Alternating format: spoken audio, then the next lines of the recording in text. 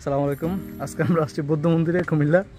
এখানে জুতা রেখে দিছে এই প্রবেশের ক্ষেত্রে, বাট এখানে যে রোদ আর যে গরম, অবস্থা খারাপ, হাঁটার কোনো ওয়ে নেই।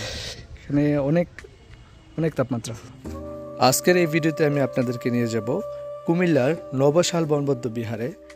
আর কুমিল্লার নবশালবন বৌদ্ধ বিহারে আপনারা কখন আসবেন, কত টাকা খরচ, কোন সময় আসলে আপনাদের ভালো লাগবে, বিস্তারিত থাকছে এই আমাদের ছোট্ট একটি ভিডিওতে। সম্পূর্ণ ভিডিওটি দেখতে থাকুন এবং আমাদের চ্যানেলটি সাবস্ক্রাইব করে শেয়ার করে দিবেন।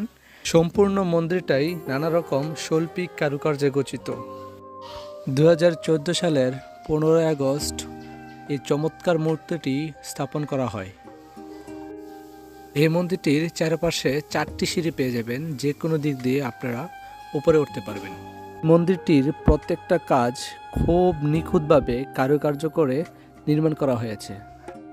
সকাল 9টা থেকে বিকাল 5টা পর্যন্ত খোলা থাকা এই নবশালবন বিহারের প্রবেশ মূল্য সর্বসাধারণের জন্য 30 টাকা করে নিয়ে থাকে। তবে ডিএসএলআর ক্যামেরা থাকলে 50 টাকা এবং ভিডিও ক্যামেরা থাকলে 100 টাকা অতিরিক্ত দিতে হবে।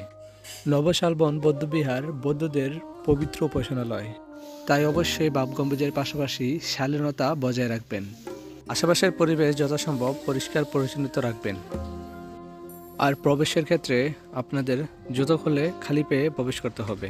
আর বৌদ্ধ মন্দিরের সব থেকে আকর্ষণীয় জিনিস এই দুটি ড্রাগন। তাই পাঠাও পড়ে গেছে অলরেডি, ঠিক আছে, অনেক গরম। এই যে অবস্থা, আমরা চলে যাচ্ছি। 30 টাকা 5 মিনিট। ভালো থাকবেন সবাই, আমরা চলে যাচ্ছি। যদি ভিডিওটি ভালো লেগে থাকে সবাই শেয়ার করে দিবেন এবং পরবর্তী ভিডিওতে আবার দেখা হবে। আসসালামু আলাইকুম, টেক কেয়ার।